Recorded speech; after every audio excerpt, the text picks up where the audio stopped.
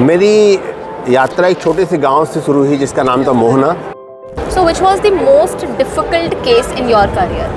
I'm a left-handed eye surgeon, so copying the right-handed, my mentors who were right-handed was the most difficult and most challenging part for me. Bharat देश की मिट्टी की खुशबू वापस लौट के ले आई. इसने मुझे इतना कुछ दिया है, मुझे उसके लिए कुछ करना चाहिए. Which is that one advice you would like to give out to people who are having some issues? Your eyes are the window to the soul. Your eyes are very important organ of the sight, so take care of the eyes. Hello sir, it's nice having you here. Thank you, thank you. And considering is this your first time at the World Book Fair? Yeah, this is my first time. I am very happy to be here during the World Book Fair, and I am really, it's a pleasant surprise that more than 35 countries are participating in this World Book Fair, and 1,000 publishers around the world are taking part on this wonderful World Book Fair, and more than 3,000 stalls are here. And the most pleasant thing to share is that this year the theme of the World Book Fair is dedicated to the Indian Army and Bharatiya Sena ka shaurya aur itihas.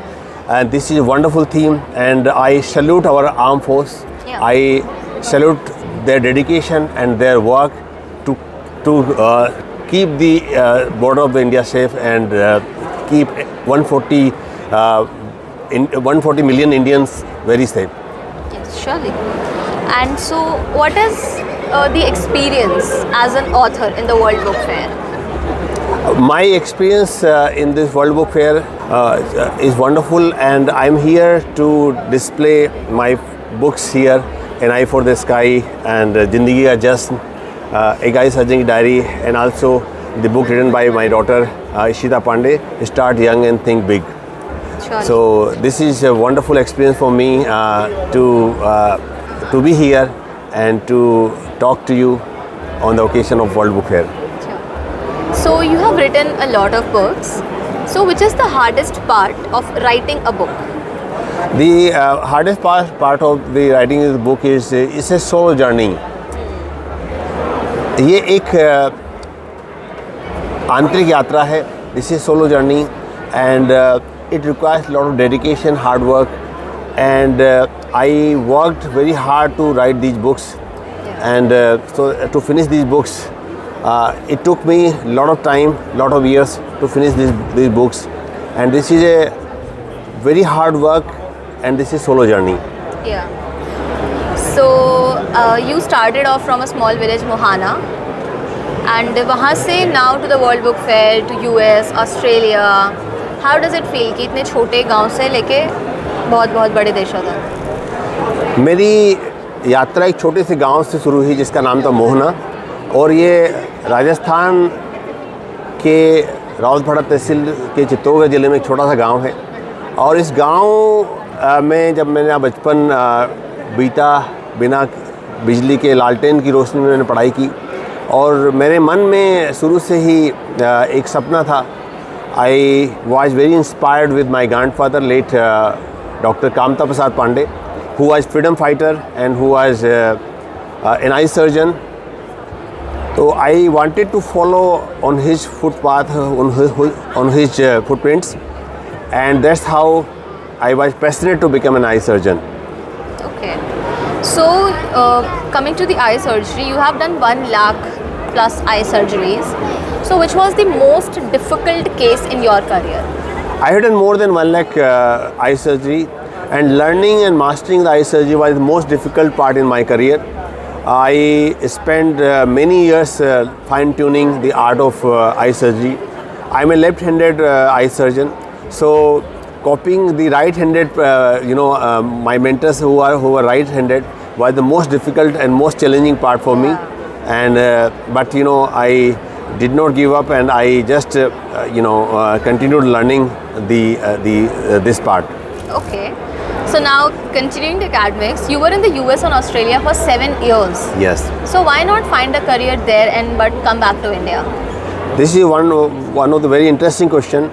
I spent 7 years in US and Australia, and my journey in the field of academics and research was wonderful. It was very inspiring. It was very much fruitful.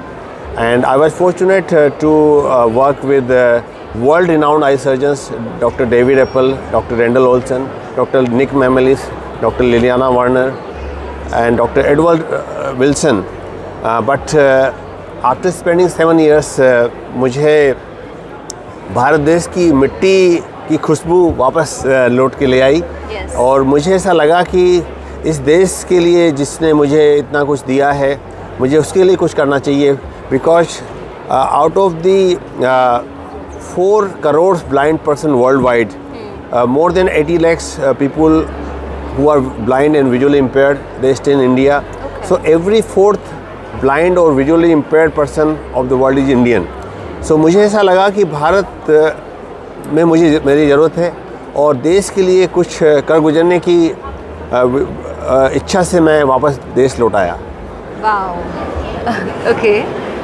तो अगर आप देश लौटे, there must be some spirituality और some reason. So what is the importance of spirituality in your day to day life और coming back to the India? मैं बचपन से ही गायत्री परिवार से जुड़ा हुआ था. Since age of 17 years I was visiting Shantikunj Haridwar regularly and I did the spiritual camps also. So spirituality का एक बहुत बड़ा प्रभाव मेरे जीवन पर पड़ा और मुझे ऐसा लगा कि जीवन में जो भी कुछ होता है वो उसकी कोई न कोई वजह होती है.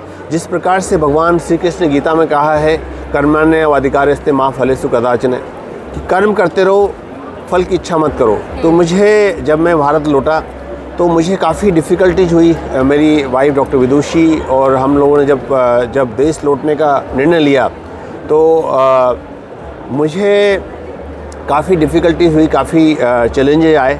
लेकिन उन चैलेंजेस में मैं स्पिरिचुअलिटी के सहारे आगे बढ़ता गया और ये चैलेंजेस मुझे ज़्यादा इफ़ेक्ट नहीं कर पाए. और हम उन चैलेंजेस को, उन दुविधाओं को, उन कठिनाइयों को पार करके आगे बढ़ते चले गए. So coming back to your place, Kota. So you live currently in Kota. Yes. So you must have seen a lot of students preparing for competitive exams or giving the exams. So what would be the advice you would give to the students who are currently preparing for any competitive exams? Kota is known as the education hub, शिक्षा की Kashi, the coaching city of the world. And there are more than 2 lakhs students are there who came from different part of India for IIT and JEE preparation, for NEET preparation. Yes. And most of these students, they are working very hard. They are studying more than 16 to 18 hours a day preparing for the exam. So the message I want to give to them is that take care of your health and take care of your eyes. Because once you take care of your health by taking the 6 hours to 7 hours good sleep, by doing regular exercise, by following 20-20-20 rules, so every 20 minutes you have to break and see 20 feet away and blink your eyes often, at least 18 to 20 times in a minute. So this is the message I want to give to the coaching students who are studying for the NEET or IIT JEE. And also take care of the health. At least spend 1 hour with the nature every weekend in the sunlight, so that your brain can start secreting DOSE hormone. Yes. So DOSE hormones are happiness hormone, DOSE, dopamine, oxytocin, endorphin and serotonin. So that's the message I want to give to the coaching students. Okay, so there are a lot of people who are suffering from eyes illness. Either they hurt or they are wearing spectacles, myopia, mytopia. So which is that one advice you would like to give out to people who are having some issues? I want to give advice to all youngsters of India and globally that your eyes are the window to the soul. Your eyes are very important organ of the sight. So take care of the eyes. And myopia is one of the refractive error which is increasing globally. And in India, more than 30 to 40% children from 4 years to 18 years are suffering from myopia, which is nearsightedness. and because of prolonged near work and because of the lack of the sunlight, they are spending time in the artificial light. The myopia is progressing, and in countries like Singapore, Japan, Hong Kong, Thailand, South Korea, the myopia is influencing more than 80 to 90% children. So my message through this podcast to all the children globally is that spend time doing outdoor activities, spend time with the nature, and at least spend 1 hour every week on every Sunday doing the outdoor activities in the sunlight, and take frequent breaks and avoid doing prolonged near work, and eat healthy food like fruits and vegetables and the millets. Yes. So coming to your book, An Eye for the Sky, can you tell us something about the book? What is inside that? So this is the book, An Eye for the Sky. I have written in last, this is 5 years of hard work, and this book carries my journey from a small village, Mohana, to my destination to become an eye surgeon. And in this book, I have written about my struggle, my life, and how difficult it was for me to, achieve that goal to become an eye surgeon. I was fortunate that I was blessed by the mentors. I was fortunate that I was blessed by the spiritual gurus, Pandey Sriram Sharma Acharya and Ved Mata Gayatri Shaktipith Vandaniya Mataji. And I was fortunate to be blessed by my teachers at PGI Chandigarh and in US and Australia, namely Professor David Uppel, Professor Edward Wilson, Professor Randall Olson, Professor Nick Mamelis, and Professor Liliana Warner. And I have written the difficulties and challenges which I faced while learning and fine-tuning the art of eye surgery, since I am a left-handed eye surgeon. So it was very difficult for me to copy and to learn from the right-handed surgeon.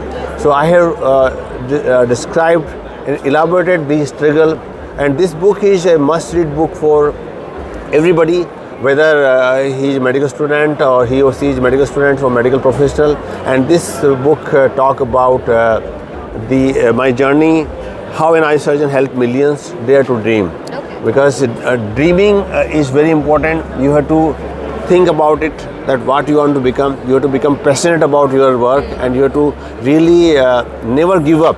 Yes. In spite of the obstacles. So about the second book, Zindagi Ka Jashan, which is that message that you want the readers to take away from that book? So this is my second book, Zindagi Ka Jashan. I have written in the Hindi, and in this book I have written that life is a celebration. Life is a celebration, and in life every day is a celebration. We have to really celebrate our life and always remain stress free. So I have shared 101 lessons how to celebrate life and how to minimize the stress. Stress is the biggest enemy. Stress can lead to almost all diseases except fracture and pregnancy. So in this book I talked about how to de-stress yourself by spending time with the nature. I'm a cyclist, so I regularly do cycling. I spend time with the nature, and I talked about that spending time with the nature at least 1 hour a day will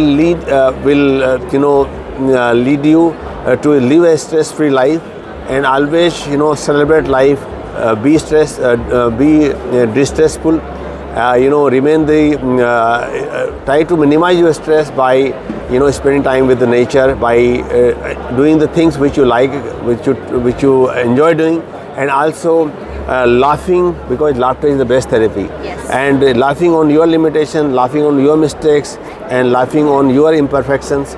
This is the message which I have written in this book. And last but not the least, try to do the kitchen detox, mental detox. Kitchen detox is very important. Try to avoid using fast food by detoxing your kitchen, because the kitchen is your hospital. And also mental detox. Try to eliminate all the bad thoughts, all the limiting thoughts, and all the feeling of imperfection from your mind by doing mental detox. So this is the message which I have written in this book. Okay. So now that we are on the topic of cycling, Yes. you must have a very busy schedule. Yes. Writing, jobs, and everything. How do you still find time for cycling? This is a very good question you asked me. I spend half an hour to 45 minutes doing cycling. And cycling is my hobby, cycling is my passion. And every day in the morning I wake up around 5:30 and for 1 hour I do cycling. This is my routine. Except my travel, when I'm traveling, then I try to do cycling there also, but sometimes I miss. And cycling is one of the most exciting thing which I found in my life. This reconnect you with the nature, and once you spend time with the nature, time seeing the sunlight, beautiful sunrise, then you feel happy, and you feel connected with the nature. And I always give the message to youngsters that let us disconnect from Wi-Fi zone and let us reconnect and return to the nature zone. So this was about physical health. How do you correlate physical and mental health? Physical and mental health are very strongly correlated because once एक स्वस्थ शरीर के अंदर ही स्वस्थ मस्तिष्क का निवास होता है. Once you are happy, once you are happy about your physical health, then you are happy in life also. So that's why it's very important to pay attention on the physical health and mental health. For physical health, you have to eat healthy food, you have to eat millets, you have to eat a lot of healthy food, vegetables, and eat rainbow. I always tell eat rainbow, colored fruits and vegetables. Okay. And positive millets. And spend time doing exercise, spend time laughing, spend time about doing exercise, spend time watching sunrise, and that will keep you very happy mentally by releasing the dose hormone, which is dopamine, oxytocin, serotonin, and endorphin. Yes, beautiful. I will definitely incorporate this into my life. Thank you. So my next question would be, the work of a surgeon is one of the most busiest tasks in this world. So inside an operation theatre, how do you manage the stress? Yeah, that's a very good question you asked me. Inside the operation theatre, most of the time, the cases are difficult. Sometimes I need to operate 80 or 90-year-old senior citizen or 1 month or 2 month old child or infant. So life as an eye surgeon is very difficult, very challenging. But since I wake up early in the morning, I do cycling regularly, 45 minutes to 1 hour every day. I listen to the music.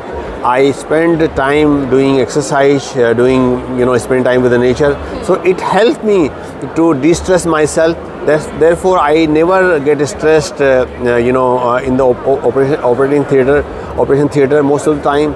Sometime I might, face some stress, but that is also acceptable. And life is all about, life is always living, and seeing and predicting which is unpredictable. Yes. So that's why we need to really, accept whatever, things happen and try to, follow the Kaizen principle, which is try to improve yourself so that you can become better each and every day. And I follow the Kaizen principle in my life, in my operation theatre.